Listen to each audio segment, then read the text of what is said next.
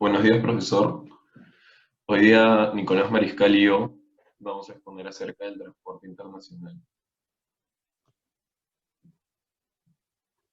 Introducción. Cuando hablamos de transporte internacional nos referimos al traslado de carga de un lugar de un país con destino a otro situado en un país diferente.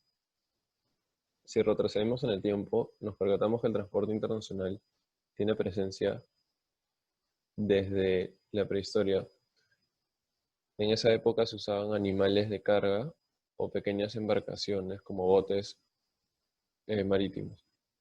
Luego, en la Revolución Industrial, se produjo un gran avance cuando aparecieron los primeros ferrocarriles. Este gran paso significaba que ya se podía transportar mercancía y cargas en gran cantidad y magnitud y más rápido. Luego el siguiente paso fue después de la Primera Guerra Mundial, donde se fabricaron los primeros aviones de carga y también se usaron para transportar a pasajeros. Con el paso y bueno, actualmente con el paso de los años, el comercio internacional fue incrementando y expandiéndose debido a la globalización que existe hasta ahora. En cada país actualmente existen leyes y normas similares debido a que son procedimientos estandarizados internacionalmente para facilitar y favorecer el comercio y transporte internacional. En el presente trabajo presentaremos estos procedimientos, todos los medios de transporte y todas las condiciones y requisitos necesarios para hacer de ello un transporte legal y eficiente. Los objetivos de este trabajo son conocer las diversas metodologías y procesos de transporte internacional, analizar el costo-beneficio de cada modalidad de transporte, identificar las principales rutas del transporte internacional en todos sus tipos, conocer las estructuras de costos y gastos que existen por flete en los distintos tipos de transporte, determinar y explicar los principales actores o agentes que intervienen en las operaciones o actividades relacionadas al transporte internacional, proponer distintas propuestas que sirvan para mejorar el sistema del transporte internacional y en el Perú, detallando cada una de ellas.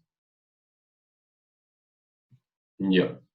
Bueno, como dije anteriormente, el transporte internacional consiste en la necesidad de una distribución física de mercancías con un conjunto de operaciones, el cual se envía desde el país de origen hasta el lugar de destino, de importación. Los transportes internacionales pueden ser de modalidad marítima, aérea, ferretera y carretera.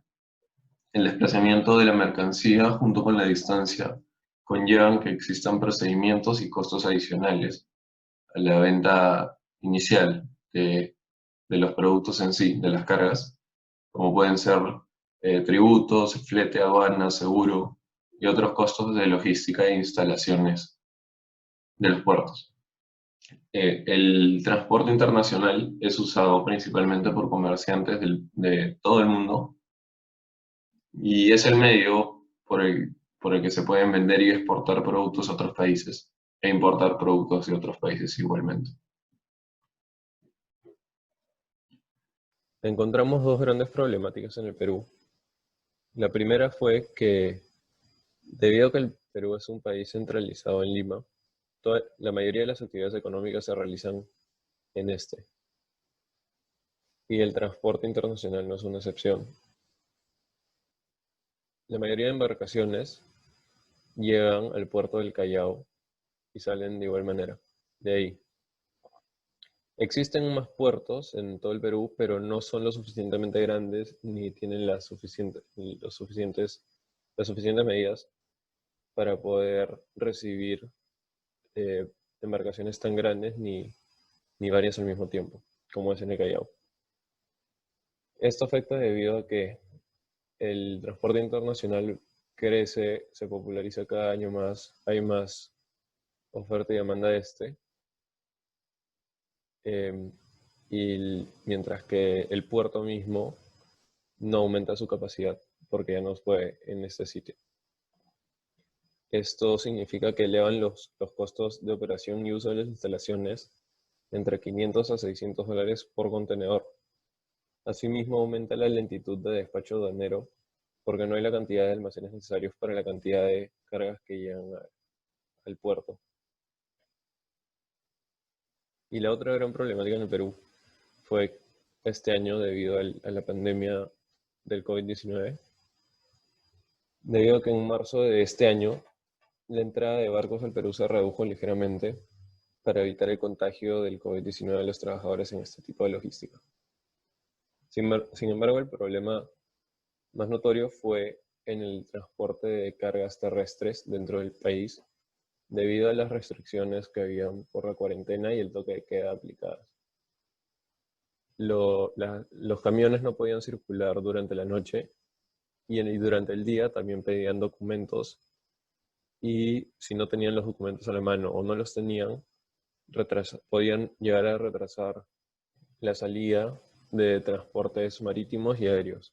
Además, se tuvo que reducir el personal para evitar el contagio del ambiente laboral, a la aglomeración de personas en el puerto, y los pagos y trámites de documentos se realizaban exclusivamente virtuales. Por otro lado, las empresas importadoras en el Perú también estuvieron teniendo inconvenientes con el retiro de sus cargas, y había una incertidumbre debido a que las empresas importadoras no sabían cuándo podrían retirar dichas cargas. Ya, el transporte marítimo consiste en el traslado de mercancías y contenedores, bueno, de un lugar a otro, mediante embarcaciones de cualquier tipo o tamaño. Las ventajas de este tipo de transporte es que es el medio más económico y práctico para importar y exportar contenedores de gran volumen en cantidad masiva. Llegan a soportar la mayor cantidad de peso, toneladas, en el transporte internacional, y se puede adaptar a todo tipo de cargas y trabajos por la gran variedad de embarcaciones que se pueden usar y que existen. Bueno, los agentes voy a comentarlos rápidamente porque luego mi compañero los va a explicar más a fondo. Tenemos al armador, al consignatario marítimo, al transitario, al estibador, al representante de aduanas, al remolcador, al práctico y al servicio de tráfico marino.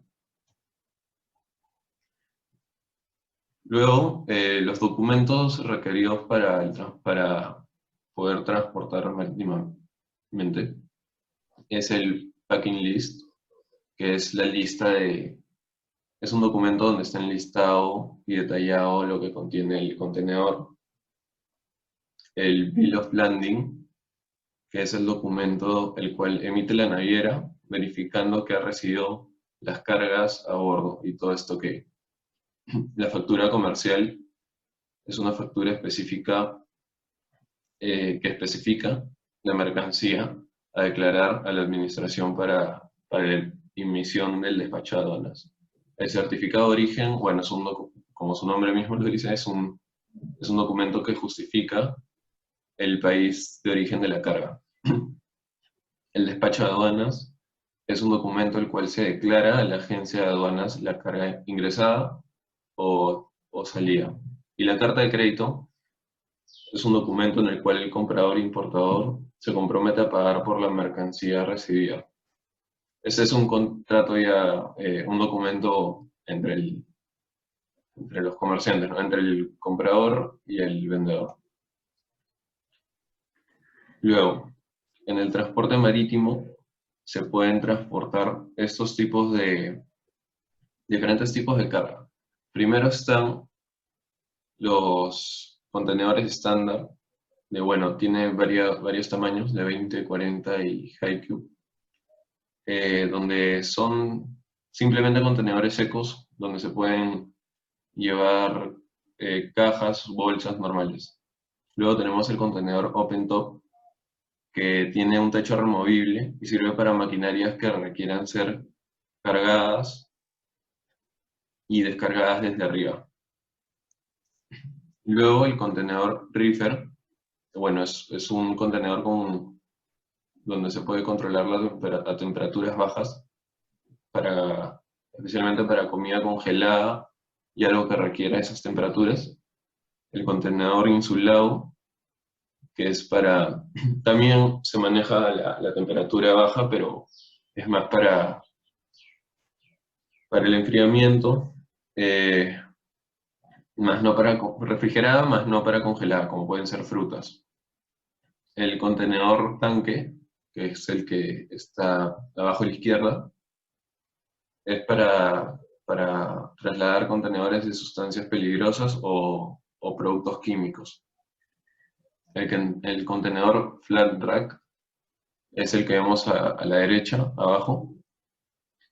Es un contenedor sin techo y dos lados para cargas de gran tamaño, que no entran en un contenedor cerrado. Luego tenemos el contenedor ventilado, que son para cargas que requieren una temperatura constante y ventilada, que es como la foto que tenemos acá, la imagen, arriba a la derecha.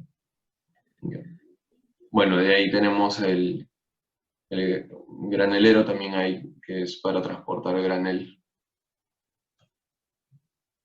Y luego el transporte aéreo consiste en el traslado de cargas comerciales por aire mediante aviones y vehículos aéreos. Uno de los beneficios, a diferencia de los demás medios, es la rapidez con la que transporta las cargas de un lugar a otro, debido a que no existen barreras físicas como obstáculos en las rutas o no como pueden haber en el mar o en la tierra. Y principalmente se usa para productos perecederos que se puedan vencer y necesitan transportarse rápido.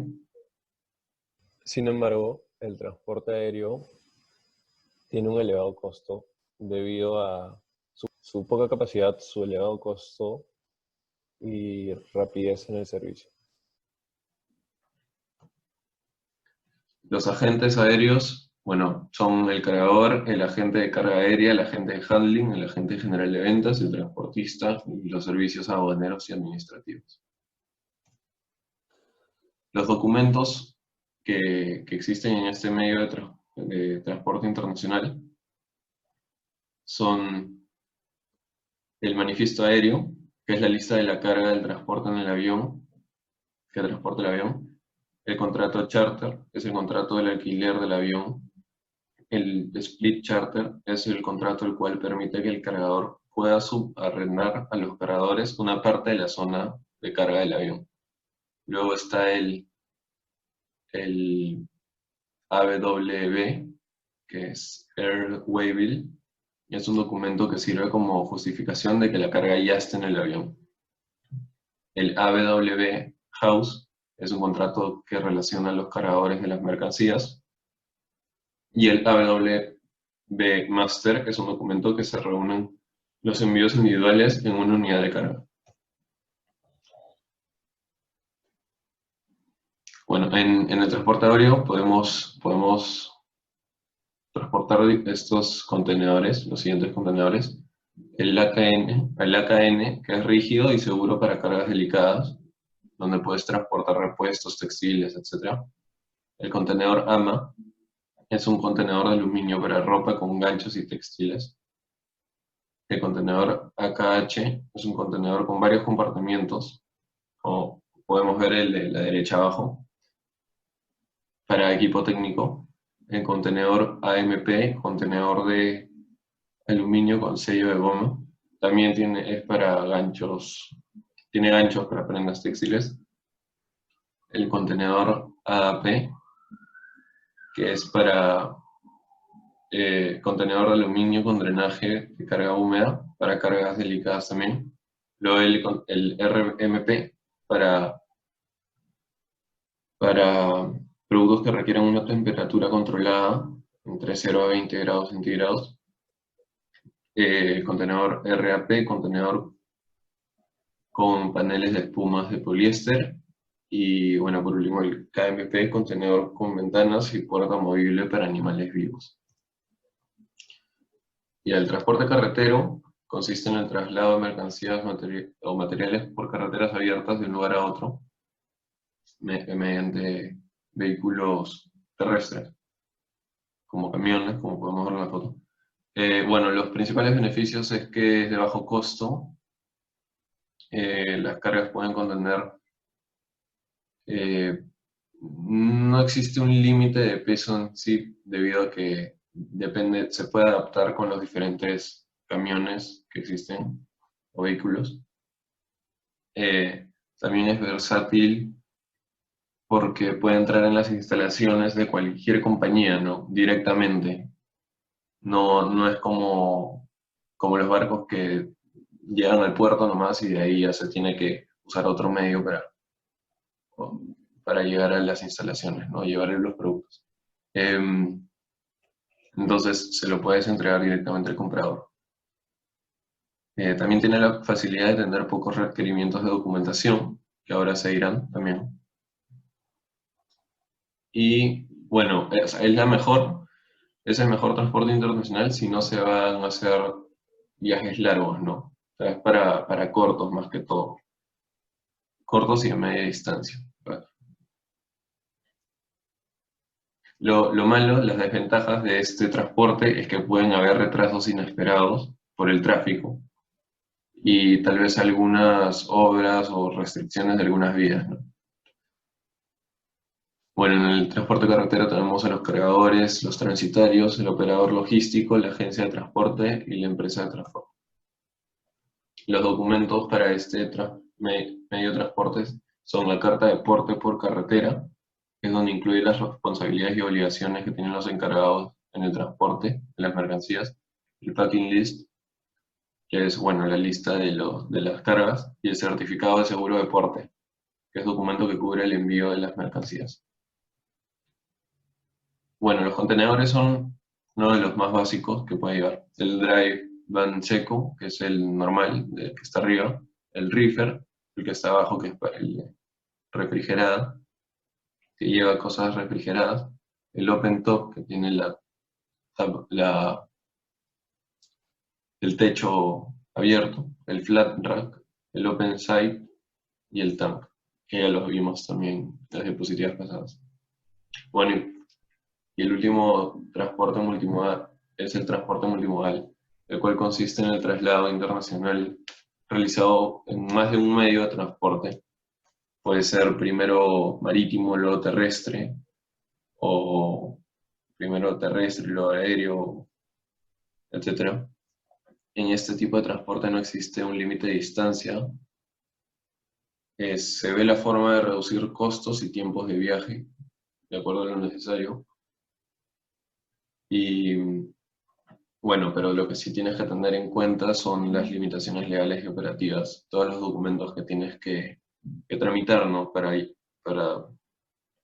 poder mover las cargas por todos los medios de transporte.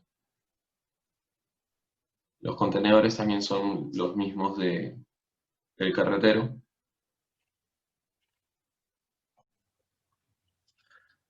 Ahora es momento de hablar acerca del flete. Básicamente, cuando pensamos acerca del flete, podemos decir que se trata de todos los gastos y costos relacionados directamente con el alquiler de un espacio para el transporte de las mercancías de un destino a otro. Estos costos o gastos incurridos por el transporte por lo general suelen variar de acuerdo al peso y el volumen, y en ocasiones también al valor de la mercancía en total. En el flete por peso se maneja como unidad de medida la tonelada métrica, y se utiliza las cargas donde el peso es más que el volumen.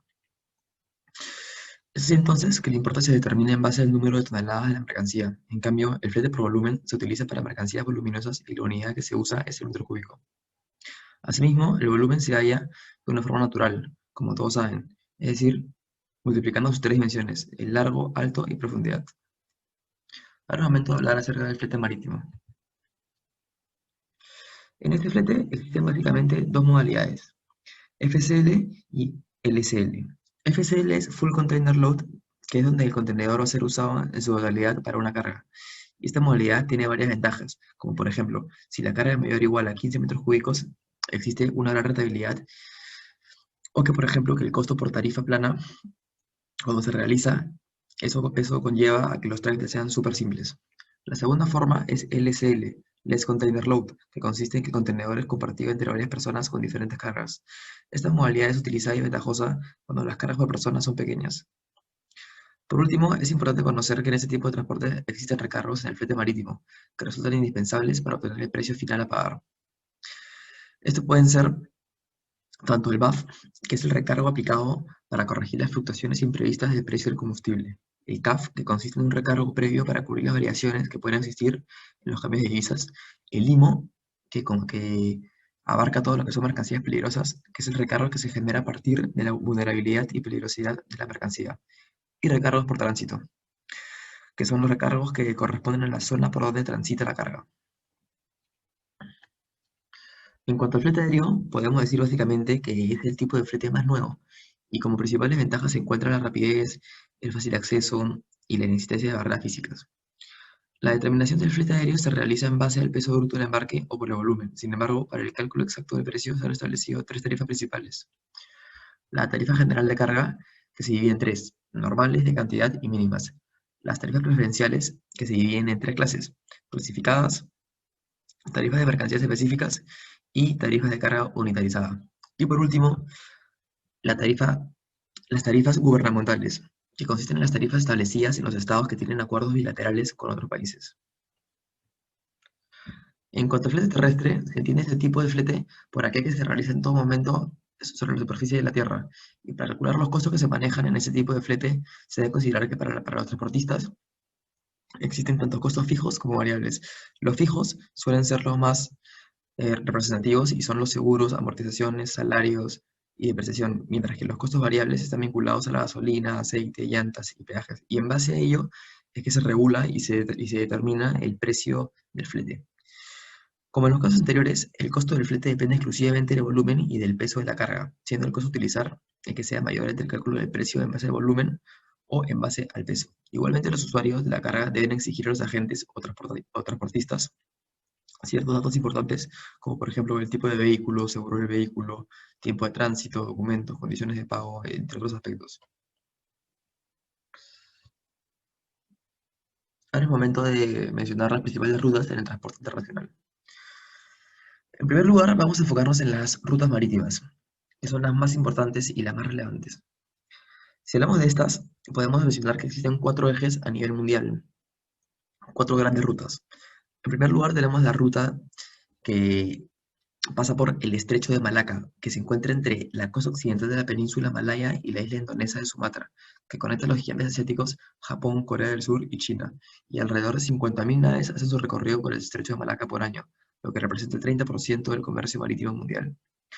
Otra ruta importante corresponde al Canal de Suez, que se ubica entre el Mediterráneo y el Golfo de Suez, y aproximadamente 20.000 embarcaciones pasan por ahí anualmente, lo que equivale al 15% del comercio en general. La tercera ruta, y la más conocida de repente, puede ser el Canal de Panamá, que se encuentra ubicado entre el Istmo de Panamá y llega a tener un aproximado de 13.000 órdenes por año. La última ruta de las 4 principales es el Estrecho de Hormuz, que se encuentra entre el Golfo de Omán y el Golfo Pérsico. Es una vía muy importante para la industria del petróleo del Medio Oriente, y también es importante resaltar que tiene mucho efecto en esa zona. Cabe resaltar que hay otras rutas que abren paso a grandes puertos, como por ejemplo el Estrecho de Magallanes, el Estrecho de Gibraltar, el Cabo de Buena Esperanza o el Bósforo, ¿no? Igualmente, es preciso mencionar algunas otras importantes rutas marítimas de menor tráfico y ocurrencia que las previamente mencionadas, pero que pasan alrededor del mundo y conectan continentes. Como por ejemplo, hay rutas que conectan a Europa con América Central y del Sur, que son las que pasan por el Canal de la Mancha y tienen una longitud de más de 11.000 kilómetros. Otras rutas de navegación muy importantes son aquellas que enlazan los puertos de América del Sur con Australia. Estas rutas suelen pasar por el Estrecho de Makassar y Lombok. Ahora, entrando a Sudamérica, los puertos de Montevideo y Río de Janeiro son el punto de partida de importantes rutas con destinos hacia el Océano Índico. Cabe resaltar que en el Océano Pacífico el número de rutas es más reducido, pero resaltan aquellas que unifican Estados Unidos y Canadá con Japón, Hawái y Filipinas, que es una ruta que recorre aproximadamente 9.000 kilómetros. Ahora, para detectar principales rutas, es conveniente primero conocer cuáles son los puertos más importantes a nivel mundial. Entre los que encontramos los de Asia, que son los más importantes, los de mayor tráfico de contenedores, donde destacan el puerto de Shanghái, el puerto de Hong Kong, el puerto de Shenzhen y el de Singapur. Asimismo, saliendo de Asia y entrando a puertos de América o de Europa, podemos mencionar el puerto de Los Ángeles, de Amberes, de Hamburgo, de Rotterdam, de Nueva York, de Valencia, de Bremen, ¿no? Que están dentro de los 50 puertos con mayor tráfico. Y si hablamos de Latinoamérica, podemos mencionar que hay 7 principales puertos, donde aparece uno peruano. Ellos son los puertos de Colón, el de Panamá, el puerto de Zona Portuaria de Santos, de Brasil, el puerto Manzanillo de México, el puerto Bahía de Cartagena de Colombia, el puerto Panamá Pacífico de Panamá y el puerto del Callao en el Perú y el puerto de Guayaquil. Todos ellos han sido mencionados en el orden de tráfico y representan gran parte de los principales puertos de Latinoamérica. Ahora, si nos centramos en las principales rutas aéreas, podemos definirlas como los principales destinos para el transporte de mercancías. Y son múltiples las rutas en el transporte aéreo, siendo casi todas de igual nivel de relevancia en el rubro de exportación e importación, de las que se pueden mencionar las siguientes destinos como los más importantes. Siendo Perú el punto de origen, podemos ver que los aviones salen con carga hacia Caracas, Bogotá, Quito, Panamá, Guarulhos, Santiago de Chile, Buenos Aires, San José, México, Houston, Atlanta, Vancouver, Quebec, Toronto, y entrando a Europa, entramos a Lisboa, París, Londres, Ámsterdam, Frankfurt, Estambul, Shanghái, Seúl, Tokio, entre otros países.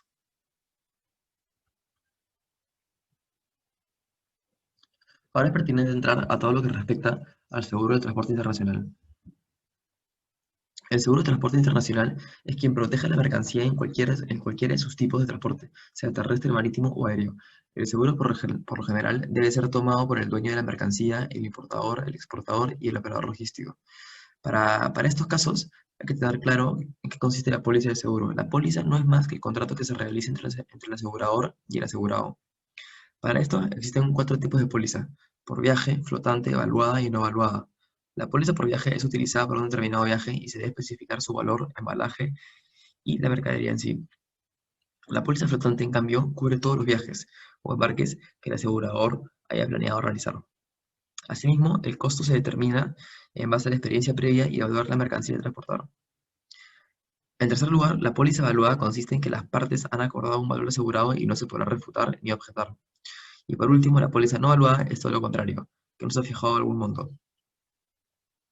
Ahora, para definir qué riesgos se deben asumir y cuáles no, los países se acogen a cláusulas internacionales de las cuales deben ajustarse y valerse. En este caso nos basaremos en las cláusulas de carga del Instituto de Aseguradores de Londres. Esta cláusula se divide en 3 modelos, la cláusula A, la B y la C, donde cada una incluye ciertas especificaciones y detalles a considerar. Por ejemplo, la cláusula A es un modelo que ofrece todo riesgo de daño y pérdida física, donde además se detalla que el daño debe ser fortuito o accidental. Y, por ejemplo, la cláusula B y C son cláusulas que solo cubren expresamente al asegurado, siendo la C la más básica y la mínima para cualquier tipo de transporte. Los riesgos que se cubren en estos modelos son los siguientes: fuego o explosión, varadura, encalladura o hundimiento del buque, volcadura o descarrilamiento, colisión o contacto del buque. Y adicionalmente la cláusula B cubre otros riesgos adicionales, como el terremoto, erupción, barrido de olas, entrega de agua de mar o río, entre otros.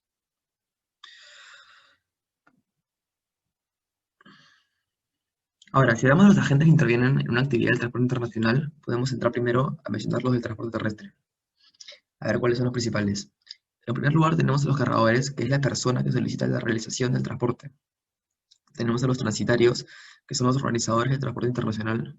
Tenemos al operador logístico, que corresponde a la empresa que diseña los procesos de la cadena de suministro. Tenemos a la agencia de transporte, que es la empresa encargada de efectuar la contratación del transporte de la mercancía con el rol de intermediario.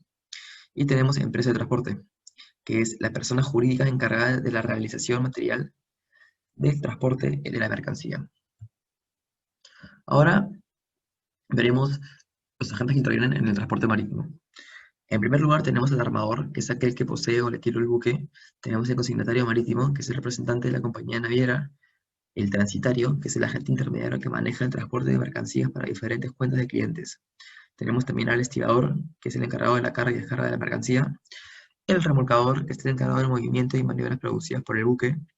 Después aparece el práctico, que es quien informa y asiste al capitán del barco para movimientos de navegación. Y tenemos el servicio de tráfico marítimo, que son los encargados de administrar y controlar el tráfico marítimo. En el transporte aéreo existen los siguientes agentes. El cargador, también, que es la persona que se encarga de la mercancía y se encarga de llevarla de un lugar a otro. Tenemos el agente de carga aérea, que es el intermediario que cumple la función de cargador frente al transportista. Tenemos también al agente de handling, que es un prestador de servicios que realiza actividades de carga, manipulaciones y otros temas de la mercancía, como empaquetado, descarga, etc. Tenemos el General Sales Agent, que es el representante de ventas de la compañía de transporte aéreo. También tenemos el transportista, que es la empresa encargada de transportar la mercancía. Y tenemos los servicios aduaneros y administrativos, que son quienes brindan la autorización de entrada y salida de la mercancía. Adicionalmente, es importante también mencionar otros agentes de suma importancia que pueden tener participación en los tres tipos de transporte. Ellos pueden ser el agente de aduanas, que es la persona que realiza los trámites de despacho de la mercancía para ser entregada al operador logístico del usuario. Tenemos también al consolidador, que es la persona jurídica o natural que vende los contenedores. Tenemos también a la aseguradora, que corresponde a la compañía de seguros que asume los riesgos ante eventuales daños o perjuicios sobre la mercancía. Y por último tenemos a los bancos, que son quienes ofrecen soluciones para ejecutar las operaciones en el ámbito de comercio internacional. Ahora, si nos enfocamos en los documentos presentes en el transporte internacional, podemos mencionar primero a la Carta de Porte por Carretera, que es un documento que es utilizado para los transportistas y operadores logísticos, y en él se determinan las obligaciones y responsabilidades mediante el Contrato de Transporte Internacional Terrestre. Cabe resaltar que la Carta de Porte no es un título de propiedad, por lo tanto, no hay forma de que se pueda negociar. El conocimiento de embarque Bill of Lading es el documento emitido por la compañía de transporte marítimo y es necesario la firma del capitán del barco para que se certifique la llegada de la mercancía a la embarcación y se expresen las condiciones de viaje y se garantice la entrega de la mercancía en el puerto de destino. En tercer lugar aparece la Carta de Porte Aéreo, ABW también, que es aquel documento en el que se expresan las condiciones en las que ha sido recibido la mercancía. En el mismo también se determinan las responsabilidades y se identifican a las personas que intervienen y los detalles de la mercancía que se transporta. Este documento también es innegociable y se debe asignar a un consignatario. Conocimiento de embarque multimodal FBL. Este documento cubre 2 o más medios de transporte y sirve como garante de las mercancías que se han entregado o recibido. Cuando se emite el documento, se constituye el título de propiedad, por lo que sí se puede negociar, a la diferencia de los demás. Tenemos también el certificado de seguro de transporte, que en él se detalla la clase y la cobertura del seguro para el transporte de la mercancía en el tipo de transporte elegido. Este documento debe contener el nombre de la empresa aseguradora y las condiciones en las que ésta debe actuar frente a los daños que se generen. Posteriormente, tenemos la factura comercial internacional, que contiene toda la información de la venta de carácter internacional y se debe describir la cantidad, el concepto, el importe, condiciones, etc. También tenemos el packing list, que es aquel que detalla aún más la factura comercial, que se describen precisamente el número de factura, descripción, cantidad de mercancía, el peso, número de bultos o empaques, paquetes, marca de expedición, entre otros. También tenemos el alargán de entrega, que es una nota o documento que, aunque no es obligatorio, es muy utilizado porque se revela si es que la mercancía ha sido entregada de forma correcta y sin percances. Después tenemos el certificado de origen, que es el documento que es exclusivo para los transportes marítimos, pero es obligatorio para ese tipo de transporte y sirve para poder determinar los costos arancelarios que se generan. Tenemos también el despacho de aduanas, que básicamente es un documento imprescindible para poder retirar toda la mercancía de los almacenes aduaneros. Ahora entramos a las legislaciones en el transporte internacional. En cuanto al Perú, podemos decir que se rigen las normas por medio de las establecidas por la Comunidad Andina, que afectan a los países de Bolivia, Colombia, Ecuador y el mismo Perú. Estas normas están relacionadas expresamente con todo lo que tiene que ver el transporte internacional y se dividen en 4. Primero aparece el transporte terrestre, que abarca las decisiones 288, 467, 398 y 491, y las resoluciones 300, 262 y 720. En el transporte marítimo aparecen las decisiones 288, 314, 544 y 609. Y en el transporte aéreo aparecen las decisiones 582, 619, 650 y las resoluciones 1261 y 1381. Y en el transporte modal aparecen las decisiones 331 y 393. Pero en líneas generales podemos decir que hay normas que se aplican a nivel mundial, a nivel internacional, y en primer lugar se puede mencionar la Convención de Viena. La Convención de Viena significa que se aplica en todos los contratos de compraventa internacional, y esa normativa tiene como finalidad regular los contratos entre las partes que operan en países distintos. En segundo lugar aparecen las reglas Incoterms 2020, que abarcan las normas sobre la entrega de mercancías, y la finalidad es delimitar las obligaciones y derechos que asuman ambas partes en los diferentes momentos de los procesos. En tercer lugar aparece el convenio CMR, que se aplica para los transportes terrestres de mercancías y se realiza mediante la ejecución de la carta de porte. Para el transporte ferroviario podemos mencionar que existe el convenio CIM, que reúne todas las reglas relacionadas al transporte de mercadería por vías ferroviarias. Y en cuanto al transporte marítimo, es indispensable considerar las reglas de la AEA, que es un convenio internacional que está relacionado íntegramente con la materia de conocimiento de marca. Asimismo, para el transporte aéreo se cuenta con dos importantes convenios, como el Convenio de Varsovia y el Convenio de Montreal. El Convenio de Varsovia consiste en limitar la responsabilidad del porteador en los casos que se estime un valor para el transporte, además de analizar toda la inclusión de informes técnicos y comerciales del envío y entrega. El segundo convenio, que es el de Montreal, trata básicamente de la unificación de ciertas reglas para el transporte aéreo internacional. También tenemos otros que tienen que ver con la estiva y el engaje, que son el Código CTU y el Manual de la IRU. En cuanto a las propuestas para mejorar el transporte internacional en el Perú, podemos mencionar en primer lugar que se deberían mejorar las vías de transporte. Esto debido a que en el Perú carece de una buena infraestructura en sus vías de transporte, lo que produce una serie de sobrecostos que a su vez perjudica el sistema de puertos en el país. Esto se puede sustentar con lo comentado alguna vez por el presidente del directorio de Autoridad Portuaria Nacional, Edgar Patiño, que manifestó que el costo portuario es parecido en todos los terminales, pero los sobrecostos que se tienen que agregar desde el terminal hacia el punto final de consumo, debido a las malas vías de transporte, es muy alto. Y hacemos hincapié en esa situación porque creemos que Perú y sus puertos, en especial el Callao, tienen todo para poder explotar sus condiciones y poder ser los principales puertos a nivel mundial o de Sudamérica. Otra propuesta de mejora va dirigida a ese sistema burocrático que aqueja al país. Y consideramos que ese sistema burocrático es muy frecuente y es muy criticado también por los problemas que genera, y no solo en el transporte internacional. Por ejemplo, por la pandemia, muchas aerolíneas han empezado a transportar mercancías en sus aviones, y por culpa de las barreras burocráticas que existen, es que todo se traba y se obstaculiza y se enlentece. Y la propuesta de mejora se centra en que las barreras burocráticas en estos temas deben ser tomadas con criterio y ser más flexibles, y más aún en estos casos como la pandemia. Tanto fue así que la IATA denunció que se le cerraron las puertas de comercio a industrias claves como China, Corea del Sur y Japón. En cuanto a las conclusiones, podemos mencionar que el medio de transporte internacional que puede llevar cargas de cantidad masiva y más eficientemente y a menor costo es el marítimo, debido a que tiene gran capacidad en las embarcaciones, y mientras se envíe en mayor cantidad, el precio se reduce. Por otro lado, el transporte aéreo es principalmente para cargas de urgencia, productos perecedores, el cual tiene un costo más elevado por la rapidez y capacidad limitada que tienen los vehículos aéreos. Asimismo, hemos podido observar que las grandes operaciones del transporte internacional se realizan en los países de Asia, en países como Singapur, China o Corea del Sur, que principalmente tienen los puertos con mayor tráfico de contenedores. No obstante, también notamos que en Europa y América Central se realizan importantes operaciones, aunque de menor magnitud. Además, consideramos que Latinoamérica es una región que poco a poco está aumentando en gran medida su participación en este rubro del transporte internacional. Finalmente, aunque el transporte aéreo es de lejos el más seguro y el más rápido, consideramos que el transporte marítimo es el más recomendable para el transporte de mercancías entre países lejanos, y esto debido a que es el más económico por volumen, es idóneo para cargas grandes y puedes llevar cargas de todo tipo, y existe una cobertura a nivel mundial increíble. Además, que las grandes empresas, con trayectoria amplia, realizan órdenes con suficiente tiempo de anticipación, por lo tanto siempre el transporte marítimo es la mejor opción. En cuanto a recomendaciones, recomendamos a los países de Latinoamérica a reforzar la seguridad en las carreteras, debido a que se presentan muchos robos de cargas y provocan pérdidas a los dueños de estas. También afecta la logística en general del transporte internacional.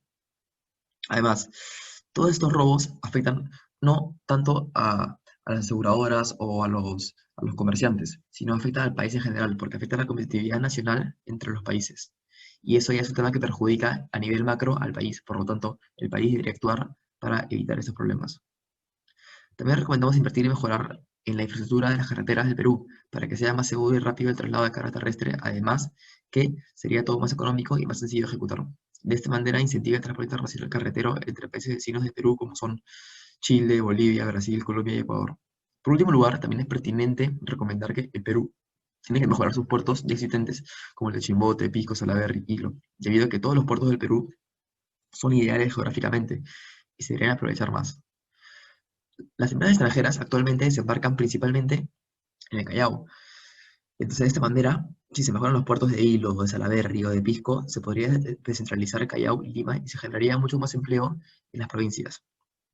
Y siempre y cuando también todos estos cambios de infraestructura y todos estos cambios de los puertos y mejorar los puertos tiene que estar ajeno y exento de que tenga consecuencias en lo que es el ambiente, el patrimonio cultural y que no destruya nunca la flora y fauna valiosa del país. Gracias.